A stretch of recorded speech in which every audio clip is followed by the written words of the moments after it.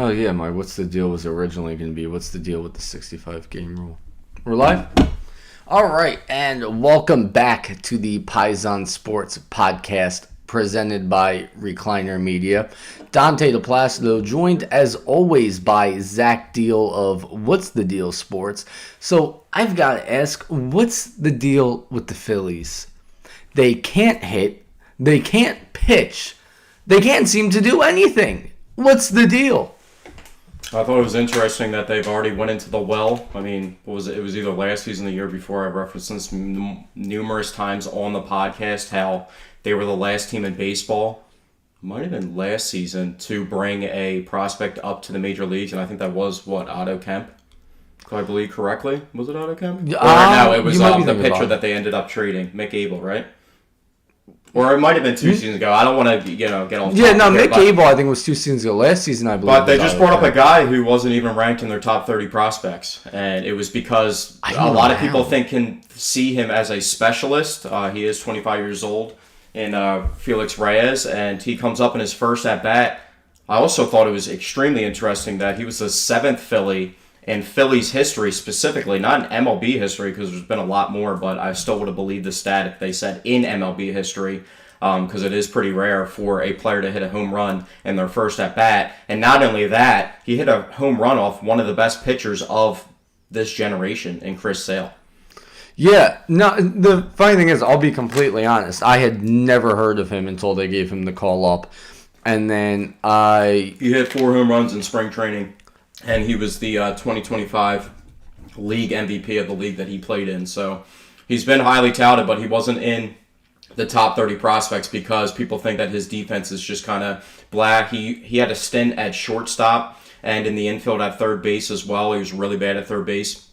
And then he's been getting some time in the outfield, and he's been a lot more competent. And he hasn't actually made an error in AAA ball this year, so that's why the Phillies felt comfortable with bringing him up. And they had him in, the 6 or 7 hole last night, and he provided the spark. And it was funny because the game was on Fox, and the national broadcast was just speaking of who is going to give the Phillies the spark as the ball is being hit out of the park.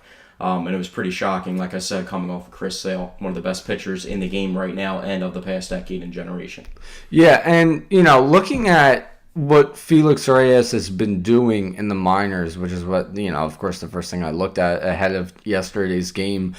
This year in AAA, he was batting .333 with 6 home runs, which, that's demonstrating a lot of power. 6 home runs this early in the season, especially in AAA, which I believe starts after the MLB season, if I'm not mistaken. I could be mistaken. But showing a lot of power in AAA. And last year in AA, he batted, I think, .326 for the year. Between AA and AAA, he had a total of 16 home runs as well last season. Not to cut your tangent off, though, but of guys that you have heard about and that we've seen been floating around the possibility of making it to the major leagues, like you would think like a guy like Gabriel Rincones would get the opportunity. You know what I mean? Yeah. Yeah, there's a lot of guys that you would think would possibly get the opportunity, right? I haven't looked at what Aiden Miller's been doing in the minors this year. So. Oh, he's banged up. Yeah. I also would think of, even though it seems a bit early, just looking at what he did in the World Baseball Classic, you would think maybe he's ready for the bigs, and that would be Dante Nori. I wouldn't be shocked if they would have brought him up this but stylistically, do you think Dante Nori, I like him as a long-term prospect, and he needs a little bit more time to develop, and a lot of people think that he has reached like a certain cap of his development so far because he's already a solid player. They need pop in the lineup. Well, that's what I was going to say next. Yeah, that's what I was going to say next is when you look at the prospect they brought up at the start of the year, right? You bring up Justin Crawford, a guy who's just a pure contact hitter, speedster on the base pads. So I think it's a good balance for your next guy up after that to be a power hitter, especially, too, when you look at what the Phillies lineup currently has. You have more contact hitters than you have power hitters. Your guy who is 6'4" playing third base is more of a contact hitter than a power hitter. Interesting stat, you can go on after this, but interesting stat, you reference contact hitting. The Phillies, the last time I checked 2 days ago, the Phillies ranked 23rd in league batting average at 229. The Mets were at 28, and the Braves were at 2. I'm drawing a blank real quick. The Nationals were at 6, and the Marlins were floating between the top 5 as well. So pretty much the opposite result of how you would see the NL East playing out is playing out with that. And the Nationals are scary because James Wood and C.J. Abrams are legit. And if they start adding like something actually to that, which it's funny because you know who else is having a pretty decent season and has kind of revived himself a little bit is Josh Bell. And if they would have kept on to it, just like had like at least a guy like that fringe in their lineup, maybe they would have something. And they're floating around 500, so they just got rid of Mackenzie Gore. Yeah, I was about to say that because I've really liked the Nationals rebuild ever since trading Juan Soto. A guy I was high on before he even went to the Nationals was Mackenzie Gore. And the fact, if he was still on the team instead of in Texas, I would feel quite confident, actually, about the Washington Nationals moving forward. I mean, they still do have a very good young core, but it does suck for them that Mackenzie Gore is now in Texas. And the Marlins just have a bunch of no-name guys that are actually pretty decent. And none of them are like really outliers stand out, but they have a bunch of guys that mesh well together, that play different types of roles that keeps them within games. And then Sandy is just a beast. Like, he's just an absolute savage. Yeah. He gets pissed when he gets the ball taken from him in the mound. Like, there was a game earlier in the season where they didn't allow him to go the full complete game, and he was in a little bit of trouble. I think he just had allowed a double, but he had like either 0 runs allowed or 1 run the entire game.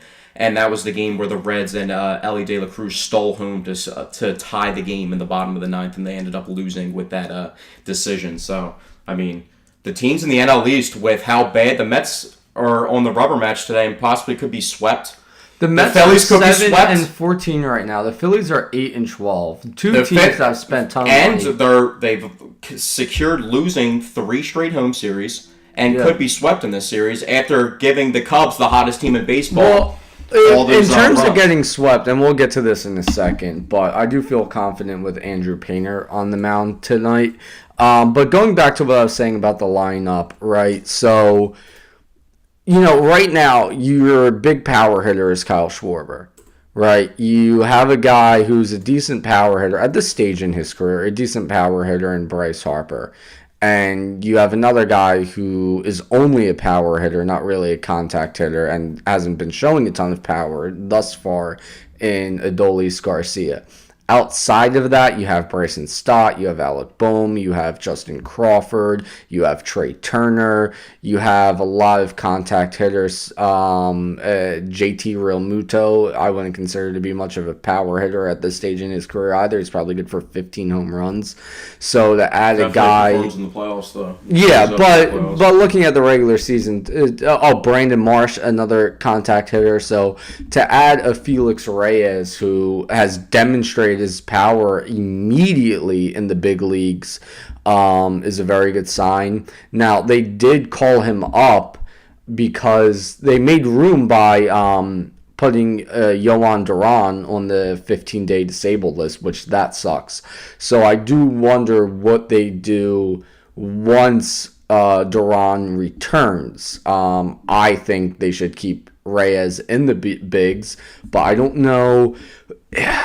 Looking at the Phillies 26-man MLB roster right now, don't they have that one random guy up, like Moore or something? Could they send him down? Moore? Yeah, they signed in the the utility infielder. Yeah, I would send him down, honestly, because Reyes is a guy who can play multiple positions. He can play outfield, he can play first base, he can play third base. No, I'm not throwing him at third. I'm not throwing him at first. You also have Edmundo Sosa, who can play multiple positions. You have Otto Kemp, who can play third base or play left field. So considering, the guys off the bench can all play multiple positions right now, I would say you're not in need of that utility infielder and more, and I would send him down when Duran returns. Or maybe send somebody else in the bullpen down. Yeah, Maybe we'll see how they Zach play it Pop. out. Maybe Zach Pop. Maybe get him It's out also here. so early in the season, like we talked about them dipping the well this early, where they could really like him, send him back down. He gets a little taste of the MLB, keeps progressing and producing, and then comes back up later in the season. Not even just like September call-ups, but if they need a little pop, see how the roster goes around trade deadline, and then bring him back up for an added power bat, maybe with a little bit more focus on the contact department and just development in the outfield, and then he could be a reliable option. But something that's interesting that they're doing that's counterproductive is if we look at their batting average as a team, it obviously fluctuates like with how many games that they play and playing almost every single day. But Brandon Marsh and Justin Crawford have been their most consistent hitters, and they platoon those guys. So it's like, why are you platooning your two best hitters when Justin Crawford needs to be playing every day. Yeah, him being that young and not playing every single day makes no sense. And I think makes no sense. They put way too much into that, and we kind of never really talk about how big of a platoon that Bryson Stott and Edmundo Sosa actually do play. Like Bryson Stott, there's a lot of times where he doesn't play, but good. Yeah, they just need to move on from Alec Bohm and Bryson Stott. I don't even think that's crazy to say. They just need to get rid of both that of was those one two thing guys. I wanted to talk about. Was depending on how the Phillies' record looks at the deadline, do you want to move Bohm, Stott, or I'd move both of them. Both of them, yeah. And personally, I think it's gotten to the point where it's like we're ushering in a new era of the daycare, which is like one of my least favorite like sports sentiments and Philadelphia sports history is the daycare. I thought that was so corny. And VJ Max is a much better. And then it kind of just led players. to like actually being true of why they call them the daycare, because they're kind of like just stuck as in like the immaturity stage of like Bryson Stott. I don't feel like is immature as a person. And I'm not going to go out and say, not knowing Alec Bohm personally, that he's immature, but a lot of the things that he shows as a player and his frustrations would lead you to believe that the narrative of him being immature could be accurate. Bryson Stott, I don't think, is the same way, but his game has been immature since he's provided as a rookie. Being on a World Series baseball team, that holds a lot of value. And then you kind of just stay in that same realm. You switch positions, but you don't hold your weight. Like, no, he does not hold his weight in the lineup whatsoever. He does not. And just on the reason why I want to get rid of him is because Rob Thompson, as the manager, who they just signed to an extension in December. Which was so stupid. Yeah, which I hate. He's sleeping in the dugout with Jesus Luzardo. That's another combo we can have in a little bit. But he's stuck in this thing where Alec Bohm and Bryson Stott still get the benefit of the doubt. Even though he benched Alec Bohm in the playoffs. He's done that before. He's made like the statement to do that, and they platoon Bryson Stott. He still has they need to be in a certain spot of the batting order. I would need to be like here, to and see. Need to be there. I would like to see. Here's the thing: you move on from Stott. I as much as I love Edmundo Sosa, I don't think he can be an everyday starter and hit well consistently every single day. But he's also currently one of their most. I've heard this. Hold on. Let me finish my thought. But if you move on from Bohm, I would like to see either Otto Kemp or Felix Reyes playing third base. They're both young guys. I would love to see what they could do in that position. I think Otto Kemp has shown some really good flashes last year that he can be a legit everyday starter. And it's not like it's not worth it to find out because Bohm isn't providing you much anyhow. I don't, and that's the thing. If you move on from Stott, there's not really like a young guy right now that's like, oh, put him at second base. I want to see what he can do. But there are two different options at third base if you move on from Bohm. In a perfect world, I'm looking at the stats right now, and I didn't realize it was really this bad. Rafael Marchand is 1 for 23 on the season. Even though he's a legend in the minor leagues, you cannot bring the DJ back up. Why am I forgetting his name? The DJ. 5'9" catcher. 5'9" catcher, the DJ. The fuck are you talking about? The catcher, the famous the Phillies fan favorite. Yeah, I'm forgetting his name. Stubbs. You can't bring him back up. No, he's not good. Not. Rafael Marchand is literally batting 43, 1 for 23 on the season. You know how bad that is? That's really bad. There is no balance to what your defense provides for that to be justifiable. So, in a perfect world, where I'm going with this is, they could have had Logan O'Hoppe but then they wouldn't have Brandon Marsh. You know what I mean? So that's where the balance is between. And listen, Brandon Marsh. Actually, no, he's good. He's having a good season. But listen, hitting is one end of the spectrum. The other end of the spectrum is pitching. And there's a question I've been waiting to pose on the podcast this week. And last night, it gives me, well, not the night before, it gives me another reason to pose this question, although that was expected. My question is, right now, the guys who are currently in the starting rotation, not including Zach Wheeler, who he's about to, take on a AAA stint, are Christopher Sanchez and Andrew Painter the only good starters in the Phillies rotation right now? Well, I give Andrew Painter the benefit of the doubt. He has gotten beat up a little bit. Sometimes we see it from Christopher Sanchez, sometimes too, but Christopher Sanchez is savage. Yeah. Also, he's an ace. Also, he pitched last night. I mean, I don't want to get off topic here. You know how much I love Ronald Acuna. If I could have one player in baseball from another team, who would you say? And another player. Honestly, right now, it would be between Mike Trout and Ronald Acuna, who had one on the Phillies. But you know how much I love Ronald Acuna. He's my favorite player that's not a Philly in baseball. I would pick someone young because I want us to start rebuilding, so I would go with a P. Crow Armstrong, but... He's not having a good season, though, but he is a beast. Yeah, I really do like P. Crow Armstrong. Yeah, but where I'm going with this is Christopher Sanchez, first pitch of the game, Brandon Marsh, absolute web gem, robs Ronald Acuna of a home run, and Ashburn Alley, 401. Yeah. Center field. That was like an Aaron Rowan type play, so that's where I'm going with that, but the Aaron Rowan play. I'm just like, when I think of center field, I know Shane Victorino forever, but that's a different... Hey, story. You know what? This is a little off topic. It's Phillies, but it's a little off topic. But me and my cousin, and this is actually a good thing to bring up on the podcast. So me and my cousin, we were talking about... I know you don't watch... I don't think you watch this show, Always Sunny, right? One of the writers from that show went to my high school. Well, anyway, there's an episode of Always Sunny where...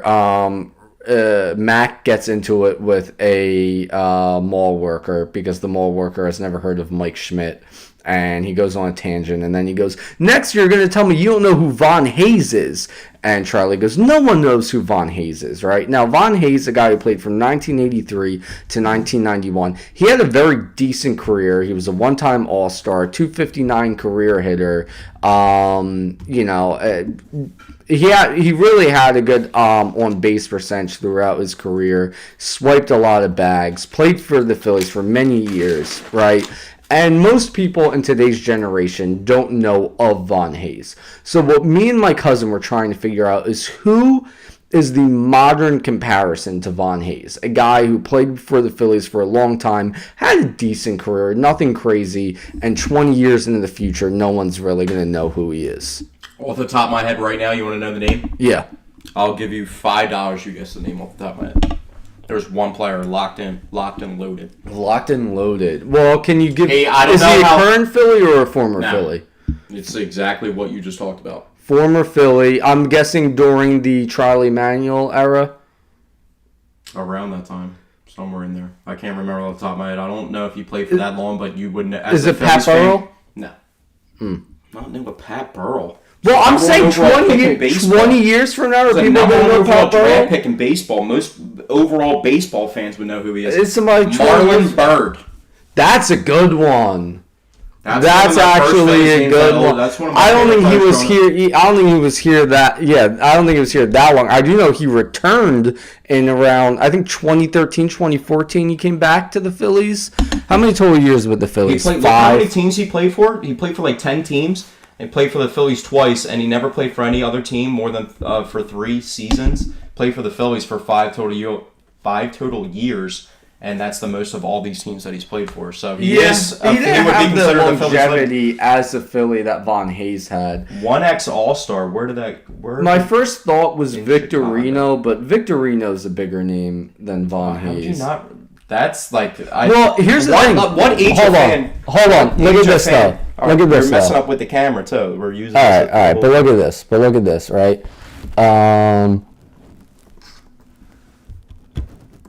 If you don't know about Shane Victorino, I feel like you can't really consider yourself a. Well, everyone knows about Shane Victorino, but I'm sure during Von Hayes' run, everyone knew about Von Hayes. How do I go? I asked somebody that I know is a diehard Flyers fan. That I'm close with recently, and you might not know this person, but I feel like anybody that watches the Flyers knows this person. And I was asking them about Donald Bergier, and they acted like they never heard of him. And this person has gone to like Flyers playoff games, used to have like a season ticket package, I believe. I'm like, dude, that is insane, insanity. I'm trying to pull up that. You don't know who that is, number 87. I'm trying to pull up that StatHead page that lets you compare players. Pull that up. Oh, yeah, there's StatHead. All right, so first type in... So, no, go back to StatHead. All you got to do is give me the info. Give me the variables. Shane Victorino and Von Hayes. All right, we can't get too off topic here because I brought up Ronald Acuna to talk about the pitching with the Phillies. Yeah. All right, we'll do this real quick. This is a quick side quest.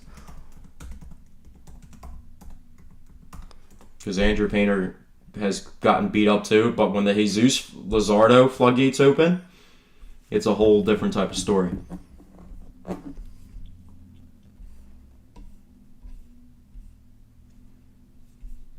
Hold on, let me see if I can...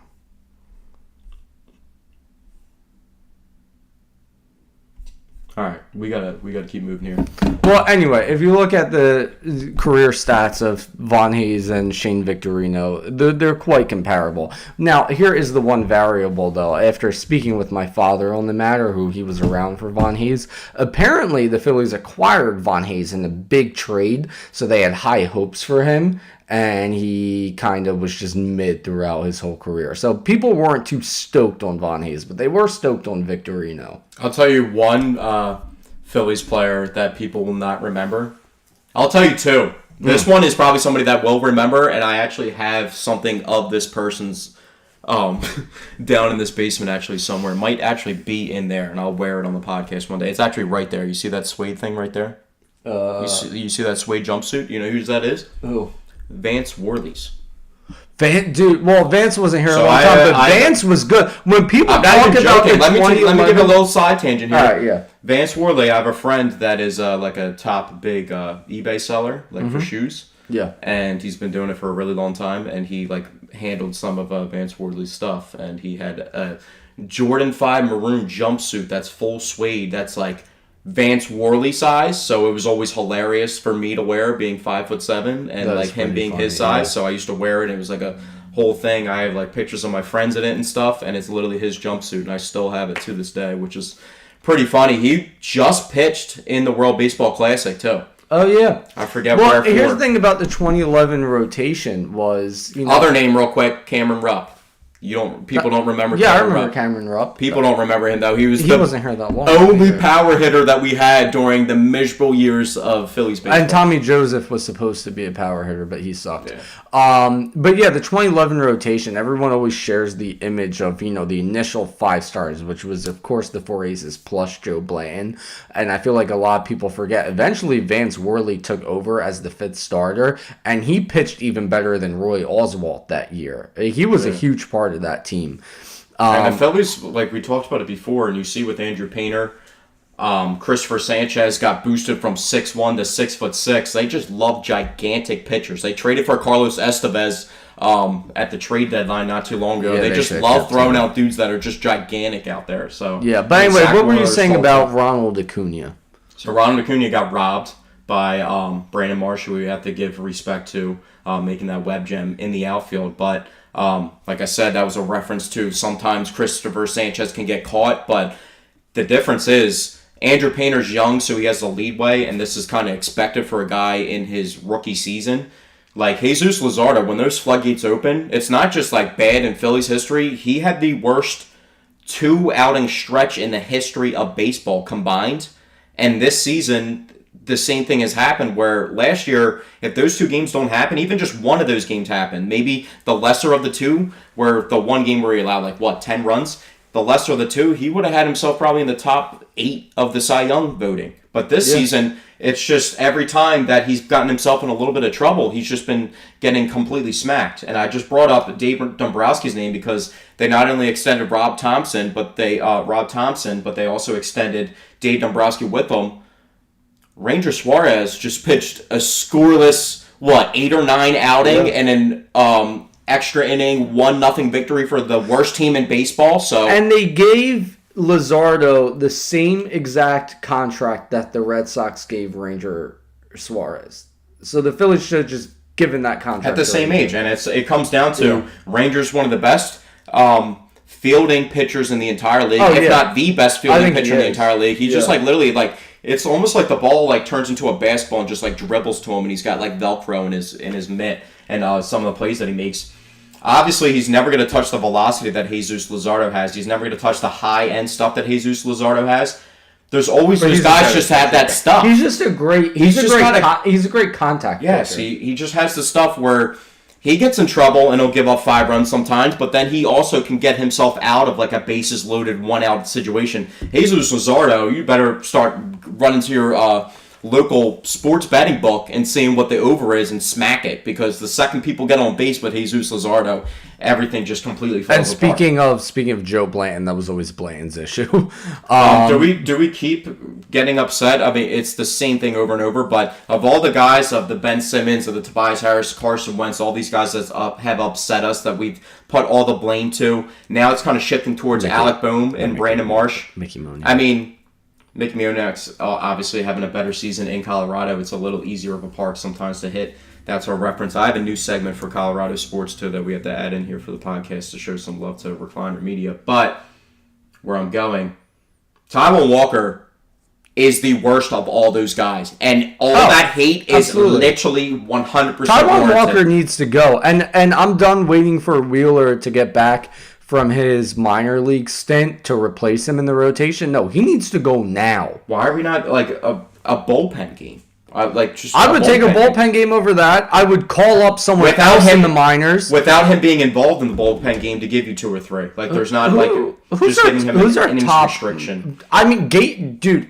is Gage Wood looking good in the minors so far? Ranked in the top 5. They just brought up a guy that's not I'd rather, dude, even how, maybe last season would have went a little bit different if they took a page out of the Flyers playbook. Dude, Gage Wood has 3 starts and a .79 ERA. He's only in single A, so yeah, it's too early to bring up. We're gonna show some love to the Flyers now, because we have to start talking about the Flyers a little bit. Obviously, well, I do have one final question.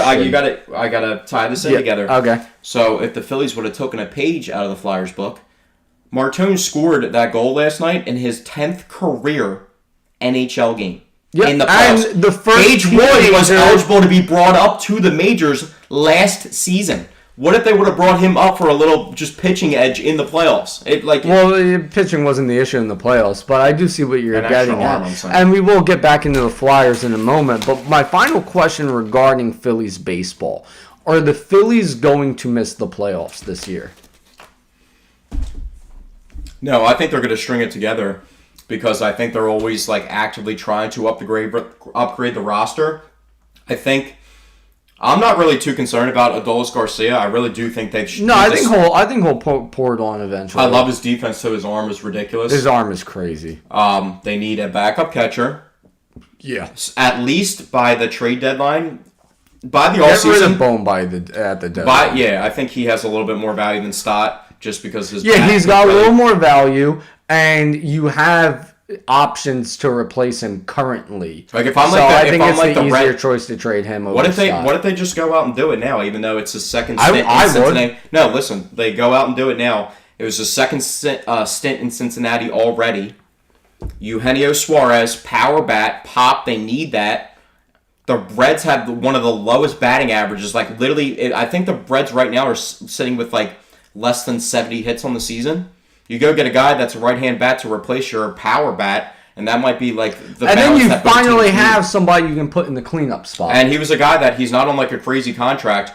Also, there was rumors that they could have added him at the trade deadline. This is something that you could have done last season, even though when he got traded, he wasn't the same player that he exactly was before he got traded in season. But that's one of those type of options. But they need to figure out either Bohm or Stott has to go by the trade deadline. Both have to be off the team by then Aiden Miller, hopefully. That's the progression point right there. You get Aiden Miller. Now you have Aiden Miller, Justin Crawford.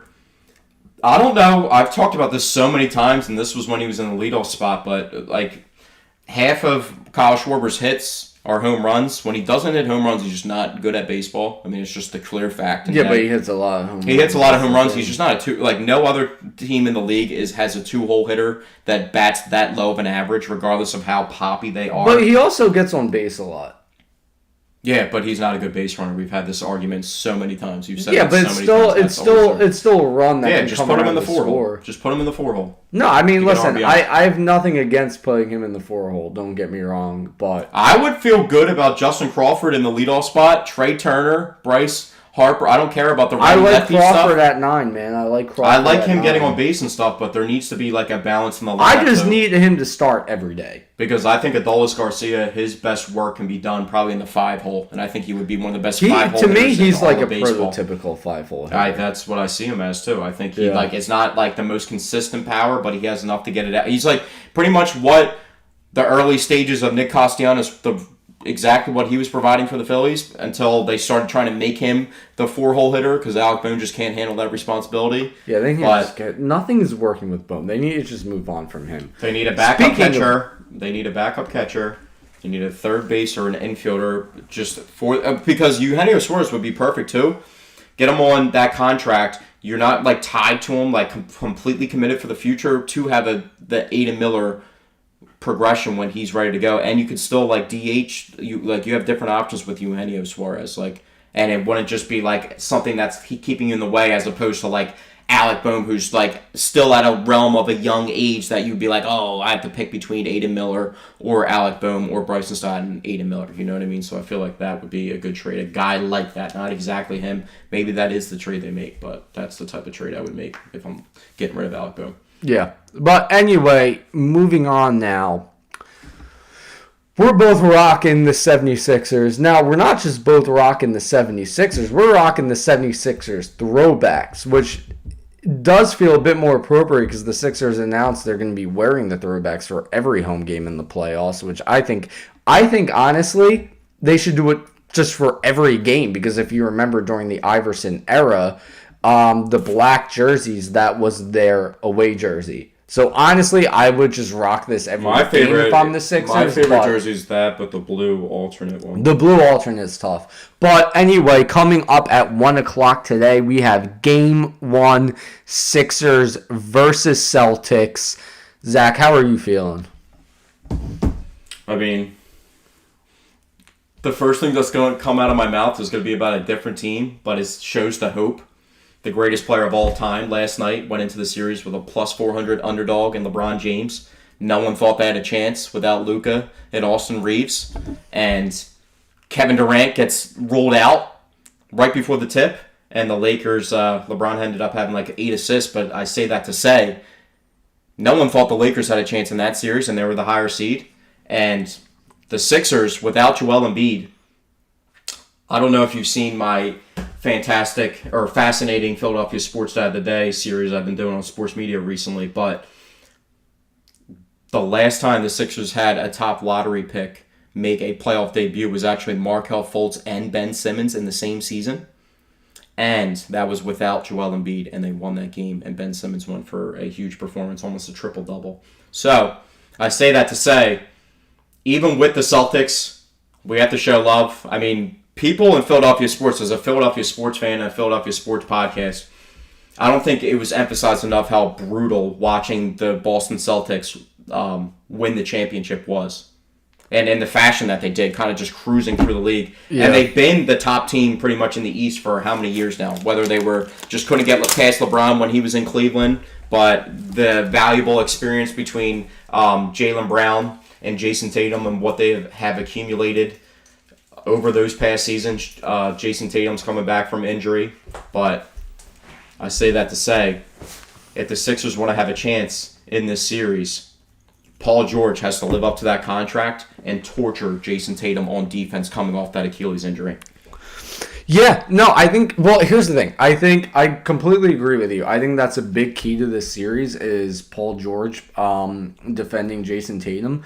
But then you also... No, I'm talking about Paul George torching Jason Tatum, a lack of mobility on the defensive side of the ball coming off the injury, because a lot of people... Okay, yeah, I can see that. I watched the NBA. But what I was going to say was, you know, you need to play good defense on Tatum, but then the issue is you also have Jaylen Brown to worry about. Yeah, he was an MVP candidate. Yeah, so it's going to be a really, really tough series. But let's break down the matchups, because one guy that I actually think, like, Jason Tatum's Jason Tatum. As much as I try to I don't think Jason Tatum, even when he's completely healthy, is a top 5 player. I truly do not believe that. I actually think he's just in the fringe of top 10 players. I can name a lot of guys I'd rather have.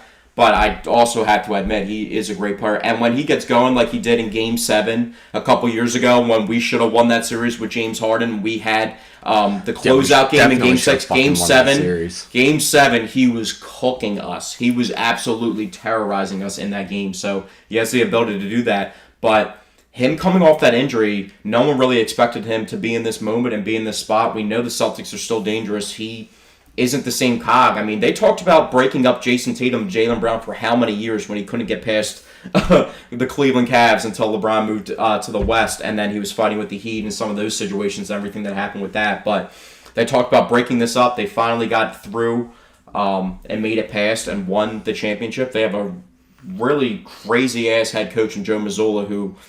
If these two teams on court, the 10 players are fighting whoever's on court, he's probably the next person, whether it's the crowd or that's not a player, that's going to be in the mix of probably like some physicality. Like, that dude is a psychopath. But the Sixers, this is Sixers Celtics. This is Flyers. This is Flyers Penguins. No, it's not, and I'll tell you why it's not. Because the Flyers did something last night that the Sixers, I doubt will do, which was they took Game 1 in Pittsburgh. You know, this is a series that I think the Flyers are going to win. Meanwhile, the Sixers are up against a team that they haven't beaten in the playoffs since the 1980s. You know, this is just... What happened last time they played in Boston, Game 1? Did we take Game 1 last time in Boston? It wasn't that the Harden... But that was a good Sixers team with Joel Embiid on the court. Or did Joel Embiid miss the beginning of that series? Yeah, he did, that's right. Yeah, no. Okay. What happened at the beginning of this season when Joel Embiid didn't play? Jason Tatum didn't play too, but Joel Embiid didn't play. Dude never played a minute in the NBA and drops 34. Tyrese Maxey, he was either 39 or 41. Yeah. If the Sixers play downhill...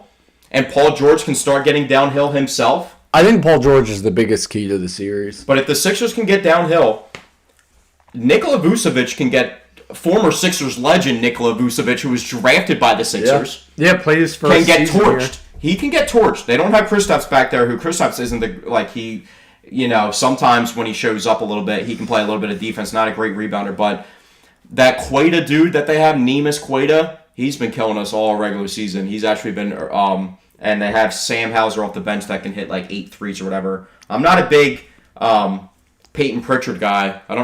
He won 6th Man of the Year a couple years ago. Smaller guard off the bench. I think I really like where the Sixers are actually standing at matchup when you look at it on paper, but they have a lot of talent. They have a horrible, horrible track record against the Celtics. That's just the main thing. Every team's different, though. They don't have... There's not... How many... I'm not, just going to sit here and try to act like the way I'm sounding, the Sixers are going to win 4-2 in this series. Even though I would not think it's crazy if they did win the series. But what I will say is, how many lottery picks are mature enough to come into the league at age 20 and go get you 11 rebounds in a play-in game and be locked in? When I looked at the box score after that game and I saw Edgecombe had 11 rebounds. We talked about him. That was like when we started turning the path when he finally was the pick after we got off the Ace Bailey wagon. We talked about him being a good rebounding guard. Yeah, well, that actually is something I looked at very recently, right? Because as you remember, originally I wanted Ace Bailey because, like I've been saying this whole time, the Sixers need size and rebounding outside of the center position. And Ace Bailey only averaged, 4.3 rebounds on the season. For the Utah Jazz. Lineup was kind of like I think if I'm not mistaken, if my memory serves me correct, I think Ace Bailey in more minutes than No. I was comparing Ace Bailey and Dominic Barlow in terms of rebound production. Ace Bailey, in more minutes than Dominic Barlow, I think had 4.7 rebounds per game. Dominic Barlow had 4.3, with Ace Bailey getting a lot more minutes. So per 36 minutes, Dominic Barlow is actually rebounding the basketball more than Ace Bailey. And you also do have VJ Edgecombe, who is a good rebounding guard. So the whole reason I wanted Ace Bailey, because I wanted a true power forward, because I wanted rebounding. But when you look at Dominic Barlow and VJ Edgecombe, they're actually better off in terms of rebounding than had they gotten Ace Bailey. And of course, but that leads me right into, with that being said, how much of Dominic Barlow are we actually going to see? Not a lot. Here are my two because biggest Adem Bona is Adem Bona is not just getting posted by Philadelphia Sixers fan pages. When you look at like these not like saying that Slam Basketball posted, but like those type of pages that like post like big, like have a big following between like NBA, college basketball, and high school basketball, and all that type of content. Like people are like really fascinated by his defense. Like people think his defense is ridiculous, and dude, his athleticism, the balance between him and Drummond, and being able to play the 4 and the 5, and then Drummond just being able to anchor down the 5. I mean, I love that balance. And Andre Drummond, that was another thing, specifically with Nikola Vucevic. If it comes down to a rebounding battle, in the playing game, if it can come back, Andre Drummond looked close to prime Drummond in that playing game. In 2026, I know not everybody is always constantly looking at the sports betting lines like I am, but in 2026, do you think you would ever see 10 rebounds from Andre Drummond having the same odds as him to have a 3-pointer made in a game? Plus 108 both ways. He hit 2. So if you want a parlay for today, that's the Paisan Sports parlay of the day. Is Andre Drummond 3 made and Andre Drummond 10 rebounds. They're both plus 108. I put that on my podcast. That is a good bet. I might tail that before the game starts. But my two biggest keys for this series, one is Paul George. If Paul George can play like the Paul George we've been seeing post 25 game suspension, that gives them a much better chance. I think he's a huge key, because Tyrese Maxey is going to average 30 this series, in my opinion at least. So Paul George is a huge key to this series. The other huge key, it's something that out of Nick Nurse, I was so pleasantly surprised with in the play-in game. Those rotations were perfect. Well, that's playoff baseball. That's what I was going to talk about. Is like what are we going to see? Because I don't think that is the exact what they did. That exact rotation is what they need to do. Only 3 guys off the bench, right? Who was it? It was Dominic Barlow, Andre Drummond, and Quentin Grimes. VJ and Maxey both played 42 minutes. That is what I want to see every single game in the playoffs. If they can continue to roll out that exact rotation and Paul George plays like the Paul George we've been seeing, and Bona and Drummond look good, then I actually might give the Sixers a chance in this series. Give me 5 Kyle Lowry minutes and 3 fouls taken and him just decking Peyton Pritchard. Peyton Pritchard checks in, he checks in, and he just literally smacks him every time. I don't hate that either. That's what I don't think I would take those minutes away from Q-Dot. No, I'll just add him as a 9th guy and just throw him in there just as an on-ball defender to just be annoying as shit and continue his legacy. He has championship experience. Yeah. And if there's one thing, I'm not going to...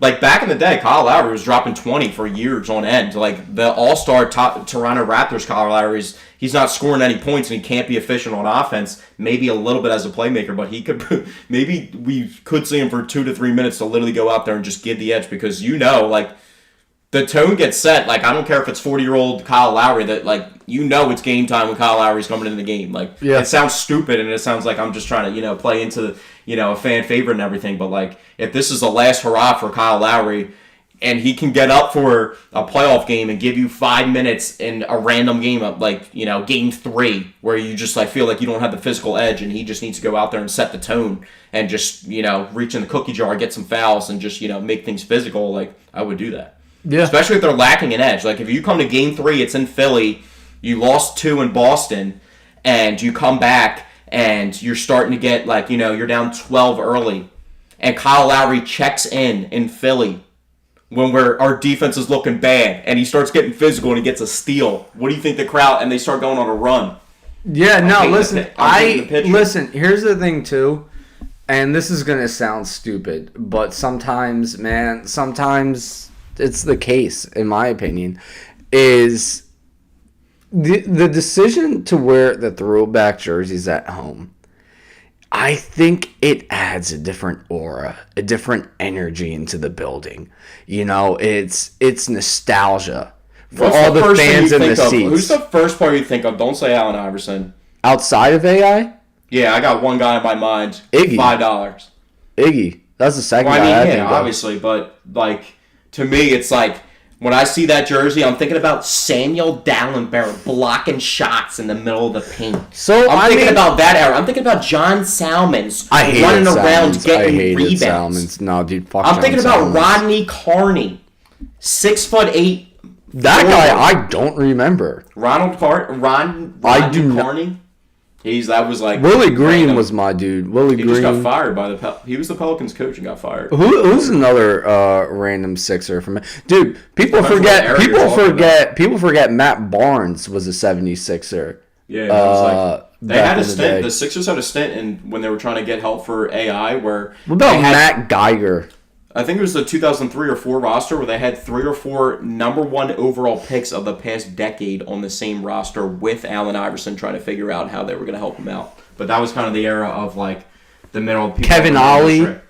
That Glenn Robinson. Jermaine Jones. Glenn Robinson. Remember that Lou Williams? Wasn't that versus Lou Will on Easter? Was that Easter? Williams hit the 3 versus the Celtics to win the playoff series? Or is that versus the Heat? I mean, we never won a playoff series against the Celtics. No, win the playoff game. Oh. I don't know. I don't remember Lou Will 3. Lou Williams was always one of my all-time favorites. I was a big Drew Holiday guy before they traded him. I can't believe he's still having a good career, man. He's killing it. I gotta find exactly which game. Was it that? I think that was like the Evan Turner Sixers. Yeah. That won that Yeah, are you talking about this series in 2012 that went to 7 games? I'm trying to find because that was the era of Drew Holiday, Lou Will, Evan Turner, Thad Young, Elton Brand. I think it's this game right here. Is it this game? I gotta find, let's see, go into the literal play-by-play here to get this accurate information.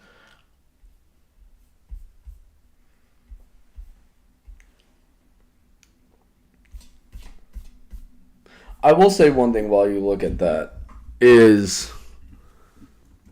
Also, I was at the Marco Bellinelli game-winning, or the game-tying shot from Marco Bellinelli back in the day. That was a crazy They went on to lose that game, which sucked. But yeah, that's that was a funny era of Sixers basketball to like always remind yourself with, because we had like the guys that we were so invested in, and just the cycle of rotation of role players that we were cycling through was just insane. And you know how we were talking about the Portland Trailblazers last podcast, I think, and you were asking me Philadelphia Sixers legends that were holding it down? I missed somebody. Who? Who did I miss? I don't know. Legend. They tried to make this guy the guy in Philly, not like the main guy, but they tried to make this work with this guy for so long until it just didn't. He just couldn't progress. What time period are we looking at? Recent, not recent. Not this like exact era, like not Tyrese Maxey necessarily. Thibault? But Joel Embiid. Yeah, Matisse Thybulle's on the. Yeah, that's right. Yeah, he's over there. Matisse. JJ Redick's now is a coach in the league, and he was a fixture for the Sixers' playoff success, like, or the lack thereof. It. Not saying like it was his direct result, but like remember outside of Scott. I liked Mike Scott. There was a time in Sixers basketball where the Lakers current coach, where if Joel Embiid's not scoring and Ben Simmons isn't getting downhill, it was just running pin downs for him to score the entire time. And JJ Redick, that was literally what it was. But I mean, the Celtics, we hate them. Obviously, despise them. This is pretty much like Cowboys Eagles, but the Celtics just whoop our ass all the time. So it's that's what I mean. That's what we just got our ass beat. And usually you would think that like getting our ass whooped by the same team kind of fuels the rivalry to even be stronger, like up there with Cowboys Eagles, but it just like tones it down a tad bit, because I hate the Celtics as much as I hate the Cowboys, but like I can't deny the fact they whoop our ass every time, and it's just on paper, and everybody knows it. So it's like I'm not one of those fans that's going to spew just nonsense of saying like they don't have our number, because they do. We whoop the Cowboys' ass, but in like these rivalries, like the Cowboys rivalry, regular season wise, is usually 50-50. Right, usually we split with them every year. It's actually a good back and forth rivalry. I respect it that way too. Yeah, against the Celtics, we just got our ass beat. And like the Braves, we have their number in the playoffs, and we've been whooping their ass. The Mets, like I feel like the overline the Mets have gotten us recently, but like what we did to them back in the day when they blew that division lead way back in the day, but kind of is Yeah. And we weighed a little bit more moves than they have. And we went on to win a ring. That's what I'm saying. It actually like turned into something. Like I mean, we're both not the biggest Flyers guys, but. I mean, I probably watch the Flyers maybe once a week at least. My dad is a huge Flyers and just hockey guy in general, but Flyers-Penguins is definitely in Philadelphia sports. Flyers-Penguins is up there. Before we talk just a little bit about the Flyers. I'm just talking in Philadelphia sports and just I know, but I feel in like honor of the Celtics, Penguins. How would you want it to be if you had your ideal Philadelphia sports series in the playoffs? Give me the exact scenario, as in. The Sixers-Celtics Eastern Conference Finals Game 7. The Cowboys versus the Eagles for the which we saw. I think that's how they got to the 19th. I'm trying to understand. Or the question you're asking me is that out of all four sports, if you could pick your ideal rivalry matchup, what would it be? Yes. I honestly, you can go. Hold on. At this point. Because if this were to happen, in my opinion, you could consider it a rivalry, very similar to how, despite being in separate conferences, I was just going to cut you off to say that interconference. Because, Cavs and the Warriors were a rivalry for a while. So if the Eagles were to meet the Chiefs in the Super Bowl one more time, the end of the trilogy. That at that point you would definitely consider it a rivalry. That would be my ideal matchup. One more time, let's run it back a third time in the Super Bowl. Eagles Chiefs. That's my answer. I mean, the Chiefs have 2 first-round picks too. Before we talk about football, just remember that, because I wanted to actually talk about what the NFL draft landscape's looking like. But real quickly, if we had to put it on paper and stamp it, how are we feeling about this exact series? Give me the honest truth. What do you think is going to happen with the Sixers? You think how many games can they bring the Celtics listen. If I were to give you, an honest prediction on how I think the series is going to play out, I would say Boston takes the first 2. Then we go home for game 3. We take that game. We lose. So now you have to put a percentage on how, if you're going to pick the scenario. Hold on. If you're going to paint the exact scenario I just painted of Kyle Lowry seeing time in a playoff game, put the percentage on that happening, because you just said they're going to lose 2, like I said was going to happen, to paint the scenario where we could see Kyle Lowry. Was the percentage chance we see Kyle Lowry game 3? If they lose the first 2 games, like I said, and you were just going against 40% chance. You think? I'll give it 40% chance. But yeah, I think we're going to lose the first 2, take game 3 in Philly, lose game 4, then steal a game in Boston, game 5, make it a 3-2 series, and then Boston finishes us off, and we lose the series in 6. That's my honest prediction. I don't give us much of a chance of actually miraculously winning the series. I say miraculously because I think something miraculous would need to happen for us to actually win the series. But in terms of, how it would play out for us to win the series, I could see this happening. I don't think there's a good probability it happens. I think it's a very small probability it happens, but I think it could happen. We steal game 1 in Boston. Boston takes game 2. We return home for game 3. Win that game off of just the momentum of taking a game in Boston. Then Embiid returns, and then it becomes a legit series that we win in 7 games. I think there's a small probability it shakes out that way. At the season, and I'm holding on to some small hope that it does. But I won't go that far, but I will say if the season is even and Joel Embiid returns, my money would go on the Sixers. I don't because it's not only like that. Because I think the Celtics had the same amount. I think the Celtics are just as good at had the same high level talent that the Sixers have, and might even be better. But Joel Embiid, they don't have a guy that can stop Joel Embiid. They don't have two guys that can stop Jason Tatum and Jaylen Brown. Paul George might be able to get in the way of one. VJ's going to have some size issues, but he's going to have some size issues, but he can hold his own a little bit. Another crazy thing I'll throw out here and say, Adem Bona will be involved in a game-winning play that will seal a victory for the Sixers. That's whether a hot it's take. That's a crazy down block. That's a crazy take. At the end, you're just stoked on Bona. Or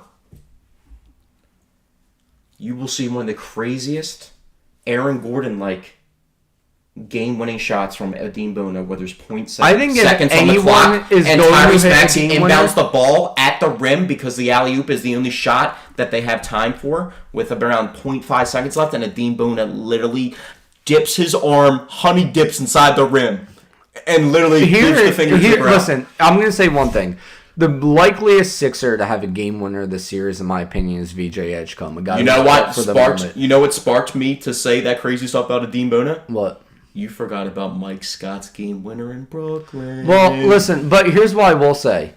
So I think if anybody's going to hit a game winner, it's going to be Edgecombe, because he's a guy who, in my opinion, is simply built for the moment. Unlike a guy who a lot of people had higher than him in terms of rookies, being Con Knipple. The lights were too bright for him, but that's a different topic. That was on LaMelo, bro. That's a different topic. But I will say, if Bona hits a game winner, I'll tell you how it's going to play out. Tyrese Maxey is going to put up a very long-range, deep three to try and win it. And then Bona put back dunk for the win. That's pretty much the same thing I'm talking about. Is they don't. Yeah, but you said alley-oop. Dude, like, we've seen some crazy but I could see Bona with a put. Also, Mike Scott hit that game-winning three in the playoffs on 420, so you know he was stoned. You know he was smoking in the locker room at halftime. He went out there stoned, and he was locked in. Who was it recently? I forget if it was NBA or NFL that admitted they usually smoke before each game. Well, a lot of people have said it. LeBron even said it way back in the day. Randy Moss was talking about it, but Calvin Johnson, Megatron, said that he smokes before every game, and he was probably the most was it random. Calvin Johnson? I feel like he's probably the most random person that I would ever assume to be doing that. But back in the day, they used to smoke cigarettes in the locker room during the Super Bowl. Well, in baseball, they would be smoking cigarettes in the dugout. The Zyn epidemic too. I just saw an MMA women's fighter have a Zyn fall out. I thought it was her tooth. When they took her mouth, it was a Zyn. That's funny. During an MMA fight is crazy. I think if you're getting rocked, you're already getting lightheaded from the damage that you're taking to your cranium, and then you're on top. I mean, I guess a person like that's literally willing to do it. There's also like Thai fighters that literally will fight with a toothpick in their mouth. So like in Star Wars. No, like the Thailand fighters, but yeah. Anyway, that's pretty dangerous as well. Anyway, moving on now. What? It's time for the meatball of the week, and I'm going to be holding. We'll do it now. I was going to do Flyers and then meatball, but we got to transition to some NFL draft talk here, and then we'll end with it. Yeah. Okay, all right. Meatball of the week. We're going to spin this a little bit. We're actually going to give credit to somebody that you've put down in the past. Go through the catalog of names. Who do you believe? Who have you been picking on? There's a lot of people that you refer to a lot. Let's pick the Mount Rushmore of Dante's people that he picks on. And we are a Colorado-based podcast, so that might spark one of the names that's in your head. Okay, well, I mean, my first instinct is Doc Rivers. Now that you're bringing up Colorado, I'm going to say Nikola Jokic. Okay, we got two. But that's not a guy I pick on because I think he sucks. It's just a guy that I hate. A guy I think sucks is Doc Rivers. So Doc, who got fired literally an hour. Dude, he is still holding on to that one ring. You haven't named this person yet. All right, so Doc Rivers, Nikola Jokic,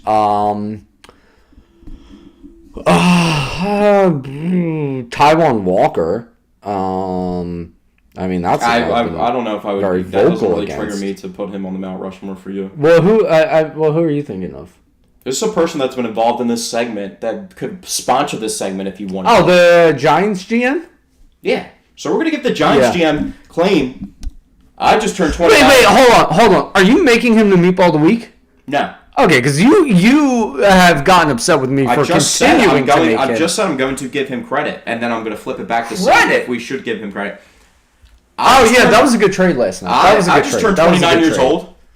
You turned 29 in a couple months, I believe. Fuck you. Yeah, I do.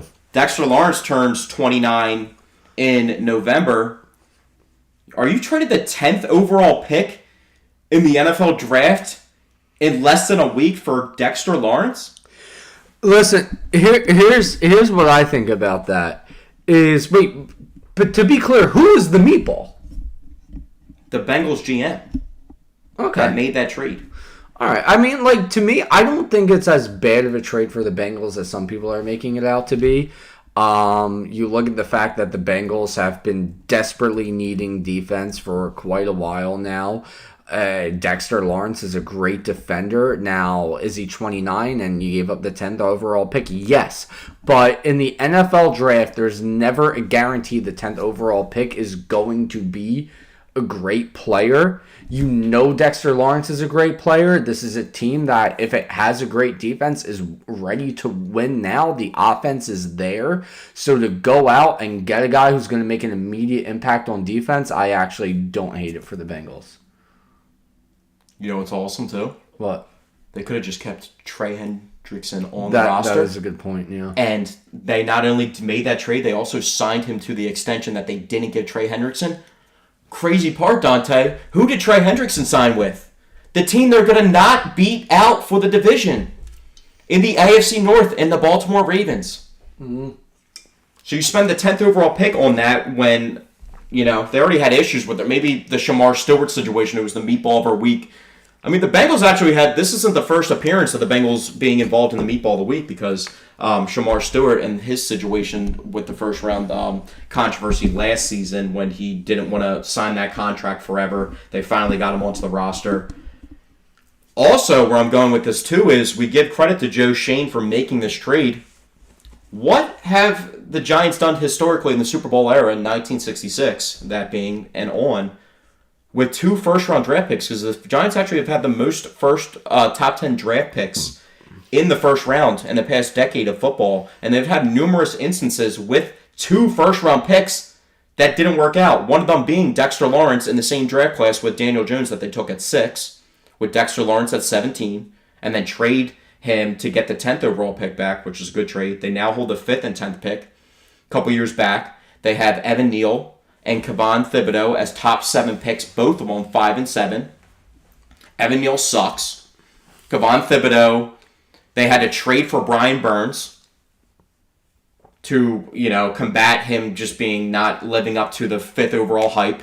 They have Abdul Carter, who they just drafted, and Abdul Carter puts me in another instance of the Giants having 2 first-round picks in 1 draft class with Jackson Dart, which I do like that draft class. Well, the only other successful draft class that they had with 2 first-round picks, which Abdul Carter and Jackson Dart, that is the verdict is, the jury's not out on that yet because we don't know exactly what they're going to turn into, but I do like that on paper, was Carl Banks, legendary linebacker back in the day, and they drafted an offensive lineman that went on to win a Pro Bowl, and they ended up winning them a Super Bowl back in the day. So that's the only time it's worked out for the Giants with 2 first-round picks in the same draft. Here's the thing. The Giants with 2 first-round draft picks, I mean, you bring up a good point. There is a very good... Real quickly, DeAndre Baker was also involved. They had 3 first-round draft picks. Let me get to my thing. Let me get to my thing here. You bring up a good point. There's a very good chance that the Giants giant this. By the way, I think the Giants are kind of... when you look at New York teams, I think the Giants are like the Mets of the NFL 100%. In terms of they always find a way to screw it up. The team that rhymes with that name is the Nets. No, the Jets are Jets. The Jets are in top 4 American. Well, the Jets are just misery. Where would you rank real quickly? Jets are the bottom of the totem pole of all four major sports. Like, we're talking probably like a top 5, top 10 historically bad team in all those. Oh, absolutely. Yeah, no, absolutely. But anyway, yeah, there's a very good chance the Giants mess this up. However, when you look at what this Giants team did when they were healthy, I mean, as brief as it was, right, with Jackson Dart and Cam Scadaboo and Malik Neighbors and, those guys on offense, that offense was looking good, man. And you also got Abdul Carter on defense. If they don't mess this up, and they get 2 immediate impact players in the first round, this Giants team can actually be legit this upcoming season, in my opinion. I didn't think you were going to go there because I was going to go there, and I actually do believe in them. And if they went the route of getting, like, Jeremiah Love with one of the picks with Cam Scadaboo, and then they have Malik Neighbors and Jackson Dart, they have Tyler Linderbaum, who they gave the contract to in the offseason. So, they're anchoring all different types of positions to, reinforce this. And this isn't like a traditional, like, where they try to get a young guy with a young quarterback. Like, they're getting a really established, productive coach, and they're trying to turn things around really quickly. And they weren't really messing around with the Dexter Lawrence situation at all. Like, once he wanted out, we heard about it a little bit. I think the Browns offered, like, a high second-round pick for him. And they're like, nah, we want more. And then they end up with the 10th overall pick. So that's pretty crazy. Especially when you come back in and trade back in to the first round to get Jackson Dart last year. And then to be able to have the 5th and 10th overall pick the next season. Like, you don't really see that too often for a team where their defense was already pretty decent. I mean, they have good pass rush.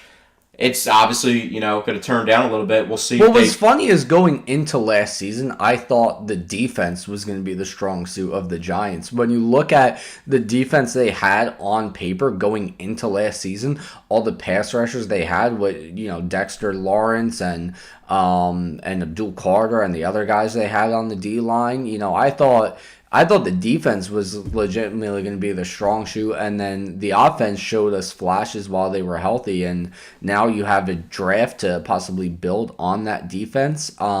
Granted, the 10th pick you're just hoping is just going to replace the guy you just traded. Well, I was going to say, I don't think that they make that trade without having a guy like Abdul Carter on the team, even though... it's a good point. But I don't think they make that trade if they don't have Abdul Carter on the team. But now they're just they got to figure out what they're doing with Kayvon Thibodeau. We'll see if they try to replace there's no defensive tackle that's worthy of one of those picks to replace Dexter Lawrence right away. So they're probably going to have to do it in a different type, in a different spot. But I think, with like New York teams, they're not the only New York team that has 2 first-round picks. And in the top 16 of the draft, and the Jets also do too, and they like to go out and just get the flashiest, sexiest players that they can possibly get. So I think if they add my Notre Dame guy and Jeremiah Love, and they balance him out with Cam Scadaboo, who's really talented, but probably, will age not that well because of the play style, but that helps you protect your quarterback, add another element to the offense. And I was actually thinking today, as we veer off into Eagles talk, I think it's kind of underrated if Jeremiah Love, I know I'm a Notre Dame guy, not just trying to be biased, but if Jeremiah Love starts slipping just running back positional value-wise, imagine an Eagles offense that has Saquon Barkley with a receiving back that's like that Brian Westbrook style in Jeremiah Love, and they go that because a lot of people think they need like another receiver in case A.J. Brown isn't in the mix. Dallas Goedert obviously only has 1 year left on his contract, and that situation kind of just keeps kicking the can down the street until maybe he's not an Eagle anymore. They're just giving him 1 year contracts back to back to back. But that would be an underrated way to add a playmaker to the offense. This is the number 1 overall player in the draft, and Howie, when he saw Jalen Carter back in the day slipping a little bit at a position that he historically loves and adds to, I know they're not the biggest on going out and, adding to running. I mean, when was the last time they spent a first-round pick on a running back? You know what I mean? Well, here's what I will say about that. I don't want them to go running back in the first round. Like I mentioned last week, I want to go first-round safety and edge rusher, not in that order, any possible order. Well, there's 2 possible orders, but you get what I mean. But if they were... Safety's like the running back of defense, if they were if they were to grab a receiving back at running back in the first round, then I think when you look at Saquon's age, when you look at his dip in production last year, right, it becomes very reasonable to propose the idea of having a three-headed monster once again, like what you were mentioning in the Brian Westbrook days when you had that three-headed monster with Brian Westbrook, Deuce Staley, and Corral Buckhalter. So now, you would do sort of a similar thing with Saquon Barkley, Tank Bigsby, and that running back you're mentioning, which honestly, that sounds like a fun idea. I'm not gonna lie. But I do really want them to go safety and edge rusher, but that sounds like a fun idea. I'll give you that. If you draft a safety in the first round, that's the defense's way of drafting a running back, you know what I mean? So that's kind of, the situation you fall in positional value-wise, but that was just one thing because a lot of people are really fixated on Kenyon Sadiq, the Oregon tight end, which I like him a lot too. My buddy who actually he was on the podcast before, Sam, who's a Jets fan, that is who he really wants in the first round, interestingly enough. For the Jets? Yeah, that's who he wants for the Jets. They have the 16th pick and the second pick, so we'll see what they do. Yeah. That could be a realm where they would have to trade up to the 16th pick. But if I'm the Jets, I'm literally... They have nothing. They have literally Garrett Wilson. Yeah. No, so Garrett Wilson, and the only other dude that's talented on their team that they have, Breece Hall, they just franchised at him, just pissed him off. So he's probably just going to leave in free agency next offseason when they let the leash off him. No, Jets are a dumpster fire. I mean, I would just trade. I would find a team. I would pick at 2 and then trade that 16th pick and just accumulate as many picks, and I'd just start going into the well, get the best player at 2. That's not bad. Well, imagine this. Imagine this. If you're the Jets, you have the 16th pick, right? That leaves you enough room to possibly have a trade where you trade back to late in the first round and then pick up a first-round pick for next year. Yeah, you never know how it's going to work out. Also, you can burn yourself, or you can really do yourself a luxury because the Rams were able to turn the latter of their first-round picks from the trade with the Falcons into an already ready 2-time Super Bowl winning champion, all-pro corner, and Trent McDuffie this offseason, the last missing piece of their team. And they traded the 29th pick. But did the Browns last year, when they made that trade with the Jags from 5 to 2, did they think the Jaguars were to give them a playoff level draft pick? You know what I mean? The Jaguars made the playoffs. Yeah. So the Browns probably thought that draft pick was going to be a lot higher in this draft when they had 2 draft picks, and they're not in the situation now that the Giants find themselves in, getting that trade with Dexter Lawrence. But if we focus on the Eagles, safety, a lot of people just the experts that tunnel vision draft. They're not Eagles team personnel guys, just the guys that are literally just the NFL, the Mel Kipers of the world, and the Daniel Jeremiah's drafting a safety or running back or even tight end at times is just they'll never do it under any circumstance, which I just think is stupid. Not saying those guys Mel Kiper is like that. He's said that, literally stamped that before and has said that. So he is like that. But he's kind of turning the page. Jeremiah Love is the best player in the draft. So it's going to make things interesting where he goes because that can start a different type of run. And where does the run on tackles in the NFL draft start? Because it could start with the Chiefs at pick 9, and that could affect what the Eagles try to do because another thing that the Philadelphia fan base is really caught up on is Kenyon Sadiq or Caden Proctor that you hear about. And there's a chance Caden Proctor's picked at pick 13 or 14 if the tackles start going early. So maybe safety is the Jeremiah Love's not falling to 23, but maybe a safety, one of their safeties of their choice. Caleb Downs probably isn't that guy, but Caleb Downs, this was a guy that had the 7th highest odds before last college football season to be the number 1 overall pick as a safety. That's how talented and good this guy is. He's played for Alabama, then transferred to Ohio State. If he starts slipping in the draft, he's not a physical freak athletic guy. That is a position of need and somebody that will come in, and that dude could literally be a second-team All-Pro. That's how talented he is at football, just as a football player.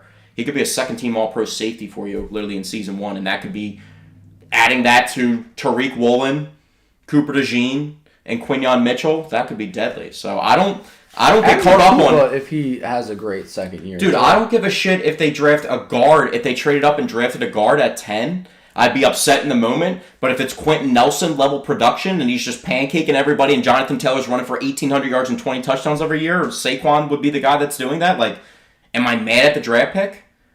And I know this Cowboys don't have success, but the one thing the Cowboys do that it seems like, which kind of scares me, because when I said to remember it like 15 minutes ago, what I was talking about was you added the Chiefs in the realm. You set it up perfectly.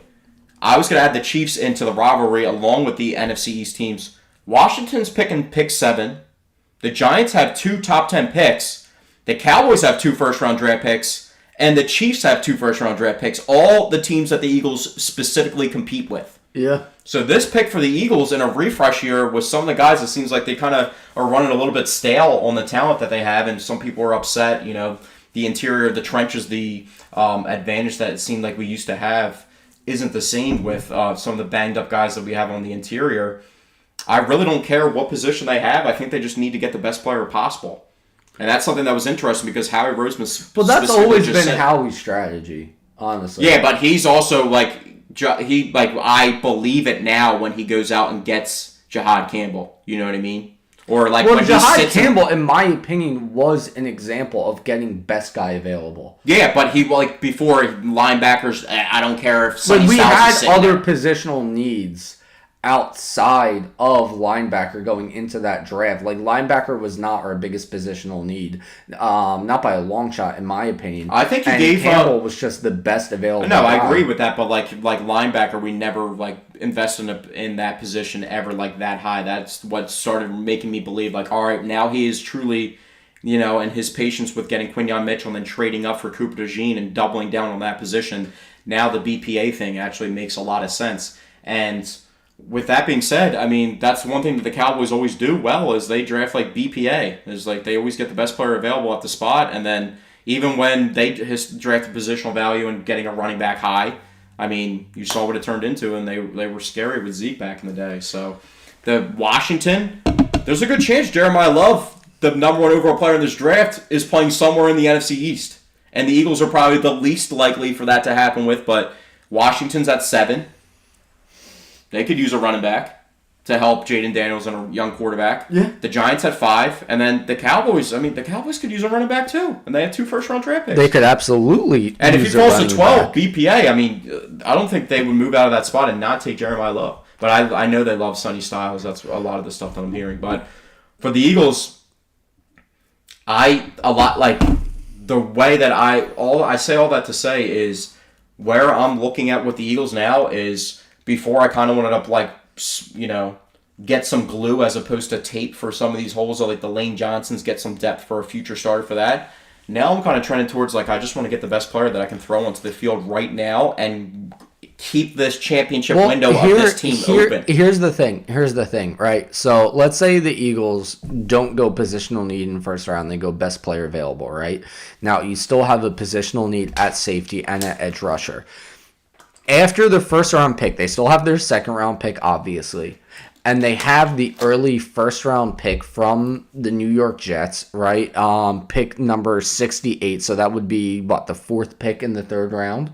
So that's a very early 3rd round pick. So you can still go best player available in the 1st round and then go with those positional needs of safety and edge rusher in rounds 2 and 3. And then you still have another 3rd round pick on top of that. So they are in a position to have 6 picks in next year's draft though. Yeah, but you are in a position to where you can go best player available first round positional needs round 2 and 3. And then you still have outside that you have 1, 2, 3, 4 picks later in the draft for depth. And, one of those picks you expect Howie to draft a guy who's just a raw prospect who could possibly have a high ceiling. It seems like he does that once every draft. But in all actuality, knowing Howie Roseman, the current picks that they have in the draft coming up, what are the odds that they draft at all of these picks? In all likelihood, Howie's going to make so many trades throughout the draft. I think there's 3/4 of the time. I think that's a percentage of him staying put at the stock first round pick. That's the first round pick. 25% of the time, or like less than that, he actually makes where they are like scheduled to draft in the first round. So we've seen it. Like I can go off the top of my head all the times that they trade up, even with one spot last year, which people forget they even traded up last year. They did trade up last year to get Jahad Campbell with the Chiefs. Yeah. Like Howie never, even with Brandon Graham, he was a trade up. You know what I mean? It's like all these different situations. Cooper DeJean. Yeah, just go down the list. Devontae Smith. Devontae Smith was a trade back and then back up. Yeah. I mean, the Saints situation where they were moving all around and then ended up with A.J. Brown and Jordan Davis. But let's run through the quick hits here with the NFL draft. I'm just going to give you two. You give me the opinion, and then I'll give it after of what I think of these questions I have for you. Do they draft a quarterback at any point? I could see very late in the draft. I could see that. Okay. I don't think they do it this year because I don't think there's a good. I don't like the quarterbacks in this draft unless it's like maybe like if Drew Aller's like there in the fourth round talent wise, maybe I take a gamble. Penn State guy, blah blah blah. I don't like the situation just based off of like Jalen Hurts. He's made the Super Bowl twice. He was involved in the exact situation of the last time that we drafted a quarterback high, and then it made all this speculation. Then you saw what it turned into. So they won't do that again. That would be crazy. Not with Super Bowl. Not with the Super Bowl MVP at quarterback. Carson Wentz was a whole different thing. They have pretty solid running backs on the team. Drafted Will Shipley, still in the mix. Good special teamer. Tank Bigsby's good. May not have that long of a future in Philly. We'll see if he's still probably not long. I mean, this is. This is the final year of Tank Bigsby's rookie deal, and I doubt they pay him. They also signed Dameon Pierce, too, who's been productive for the Texans in the past. Have pretty talented running backs. I forgot. We had a Dameon Pierce, didn't we? Yeah. So I forgot all about that. So we have like three guys that could be in a committee, and then Will Shipley, who can give you a little change of pace and a really good special teamer. So yeah, they're pretty. Do they draft a running back? Now that you lay all that out, I'm going to say no. But like running backs, usually there's talented guys going in the fourth and fifth round. Like that's yeah, where they but go, I don't. I mean, I think right now this is a stacked running back room, so I doubt it. Chances they had a wide receiver early or at any point in the draft? High. Early, I wouldn't say high chance they drafted a wide receiver early. I could see it. I don't really want them to. But I think there is a high chance that they're going to, draft at least one wide receiver with these picks that they have. Last time Dallas Goedert, or they went out and got their current starting tight end in Dallas Goedert, they had Zach Ertz, who, was coming off season. Well, we talked about this last week. Now, I mean, we've had a cycle where when Selleck was still doing his thing, we drafted Ertz. When Ertz was still doing his thing, we drafted Goddard. Now is the point where if this cycle were to continue, now's the point where they would draft another tight end high in the draft. Then I'm going to go with a little curveball here. For their offensive line, do they have a guy on the current roster, maybe that they drafted in years past that hasn't made a name for himself, that could turn into a quality offensive lineman that could fill a gap and maybe be like the offensive side of Moro Jomo type level? As in, last year I referenced Drew Kendall. I like him, and a lot of people are high on the tackle Cam Williams. So is there a guy on the roster that could fill those holes? Miles Hinton was another Michigan tackle that I think was like a practice guy. But Miles Hinton, I still think, has a high upside. He just needs to put it together, and it's going to be a little difficult without him being enrolled in Stoutland University anymore. None of the guys are. But I could see, they drafted 3 offensive linemen late in the draft last year that I think do have decent upside. So I could see that as a possibility, with Lane possibly continuing to miss time this upcoming year, because he's a guy that I just don't have confidence can play a full season at this point. Okay. Defensive side of the ball. Offensive line, they have a lot of talent at the offensive line, but obviously it's kind of shrinking out a little bit, and they need some more guys that are a little bit more durable. They have talent at pass rusher too.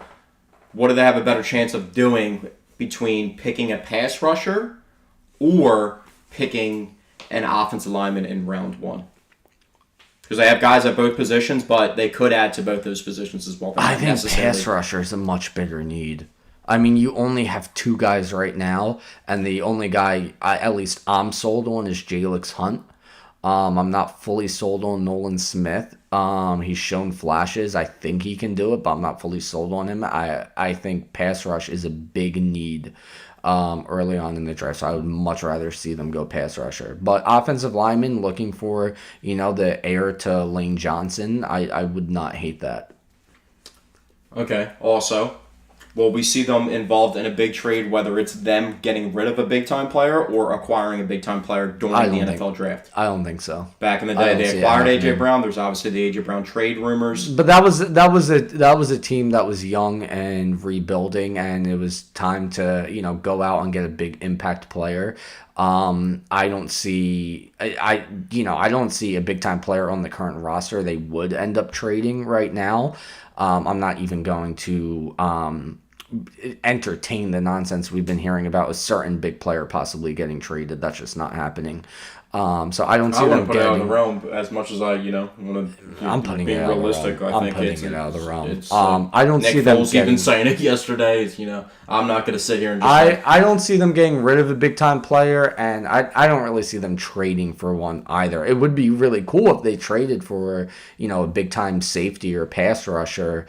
But I don't see it happening. I think they're just Myles Garrett's obviously on the block. They've been rumored to him as well. You could Yeah, so I mean, I would say there's a better possibility of them trading for a big name like a Myles Garrett than actually getting rid of the guy that's been talked about. You get onto the clock at 23 starts coming up. You're at pick 18. The Browns call you. They're like, "Yo, give me Nolan Smith, give me the 23rd pick, and give me the 68th pick in the draft for Myles Garrett."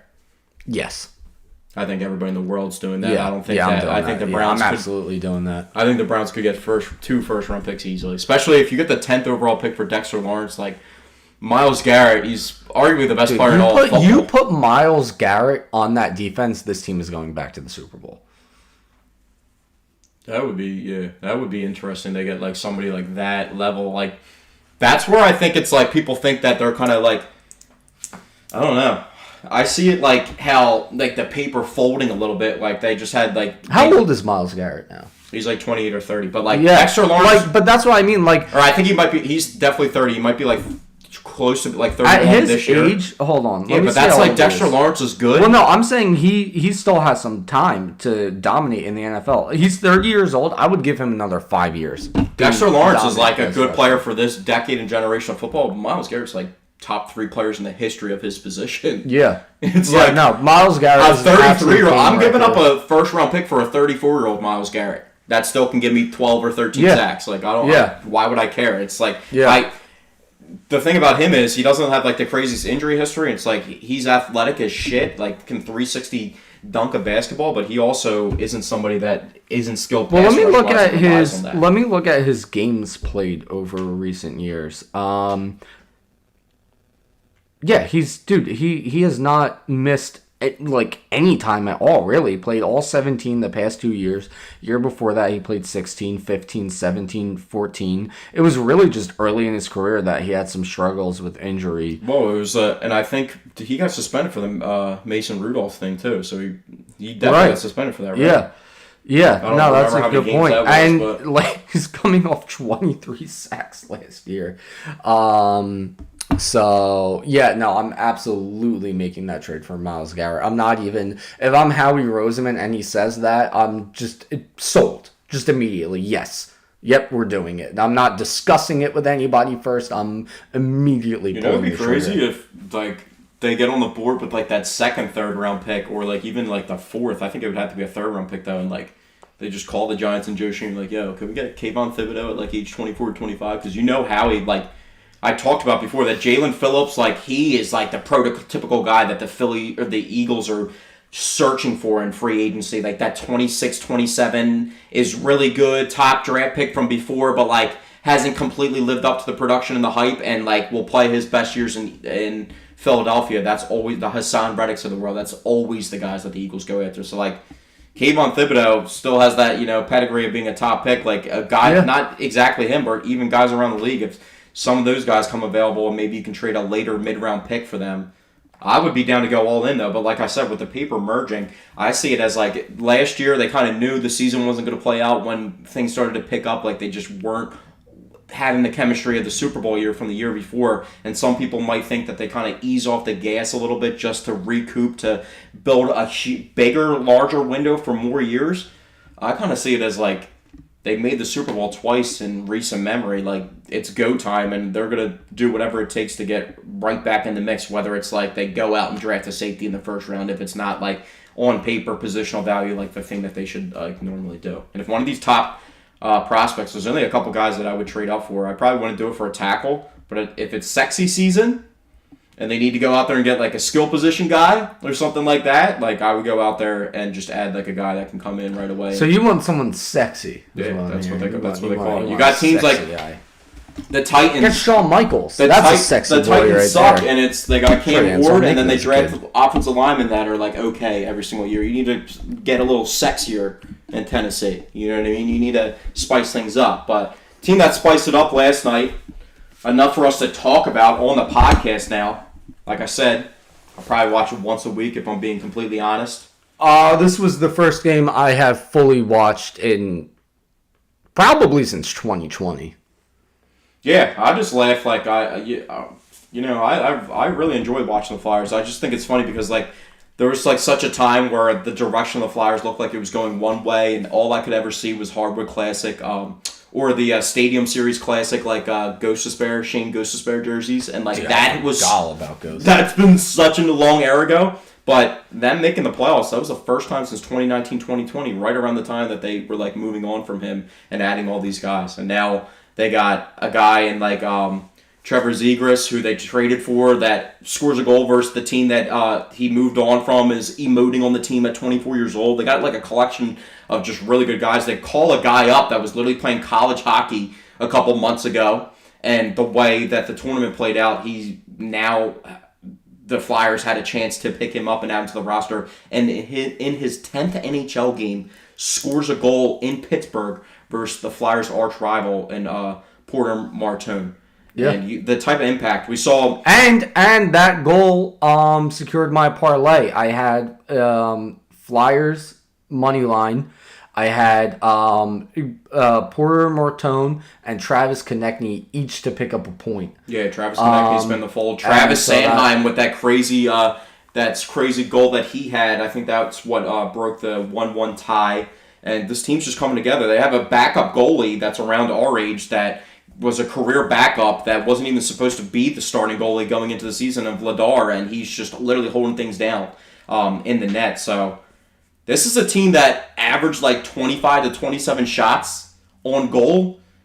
And the one reason why I think they won last night was like, bro, the Pittsburgh Penguins had like 17 or 18 shots total in the entire game. They literally couldn't, and it was the physicality of the Flyers. So now, the first two periods, I wasn't fully locked down because I had on one TV, I had the Flyers game. On the other TV, I had WrestleMania. Once WrestleMania ended, we were locked in on the Flyers game, watched the entire third period. And from what I saw in that third period, the reason the Flyers were able to win that game, not just getting shots on goal, but the reason why they were getting so many more shots on goal is because they were just attacking the Penguins zone. And they were in their zone that entire third period up until they took that 2-goal lead thanks to the Porter Martone. Yeah, and then they let off the gas. And then they let off the gas, which I think, in my opinion, letting off the gas was a mistake, in my opinion. Especially in hockey. Hockey's literally ridiculous, especially with the deflections and stuff. And the game ended 3-2 with a one-on-one shootout situation, like the shooter deking out the goalie from the side of the net. And if you remember, as a Flyers fan growing up, the last time that we tasted any type of success, as in like getting to the Stanley Cup in 2010, we lost the Stanley Cup championship on a sideways angled goal that literally came from behind the net that literally lost us the Stanley Cup. So I'm always scarred just from that situation itself. But when you see the Pittsburgh Penguins get a clean look after tying it up with a minute left, and I asked my roommate, who's a big diehard Flyers fan, I was watching the game with him 6 minutes left. I'm like, yo, are they just going to clear it? They try and clear it the entire time with this lead? And that's what they started doing. Yeah, and once you start doing that, it just starts chaos. It was making me so goddamn nervous. And then the Penguins score with a minute to go. And then that's when it starts to get a bit scary, right? However, I forget if they kept the empty net after that, but then there was the power play. I think it was 4-on-4 in the final minute, and I forget if Pittsburgh it was empty net the entire time. Yeah, so... And then in the final, what was the final 9 seconds game, that shot? Yeah. That, like... And also, like, I froze in, like, fear for a second. And also with hockey, is like my heart was fucking pounding that. When the team scores like that, and like that man advantage is huge, because when you score a goal and it now is a 1 goal deficit with like a minute left, and the pressure that team with that extra man start to put on you, that's why you saw they started winning every faceoff in the zone, and the puck was just sitting in the Flyers' defensive zone the entire time, but. I mean, they held it down, and they did what they needed to do. Yeah. And the Pittsburgh Penguins haven't, like, literally won a playoff series since, like, 2018 or 2019. So this is a team that they have 2 of the greatest players of all time, Evgeny Malkin, and obviously the greatest player of the generation in Sidney Crosby, like the GOAT. I would go with Ovechkin, but...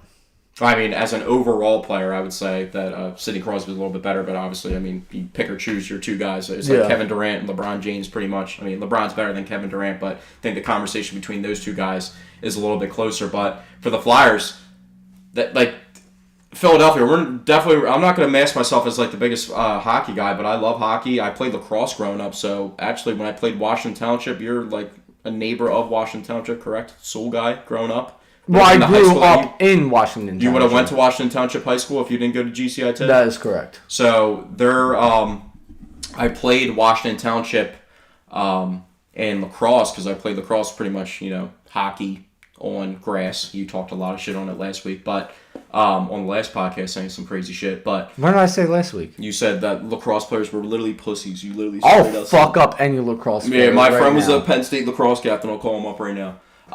But the Flyers' current coach, when in middle school, his son was on Washington Township's lacrosse team. Oh, no and kidding. We played against them. And we actually upset them and beat them.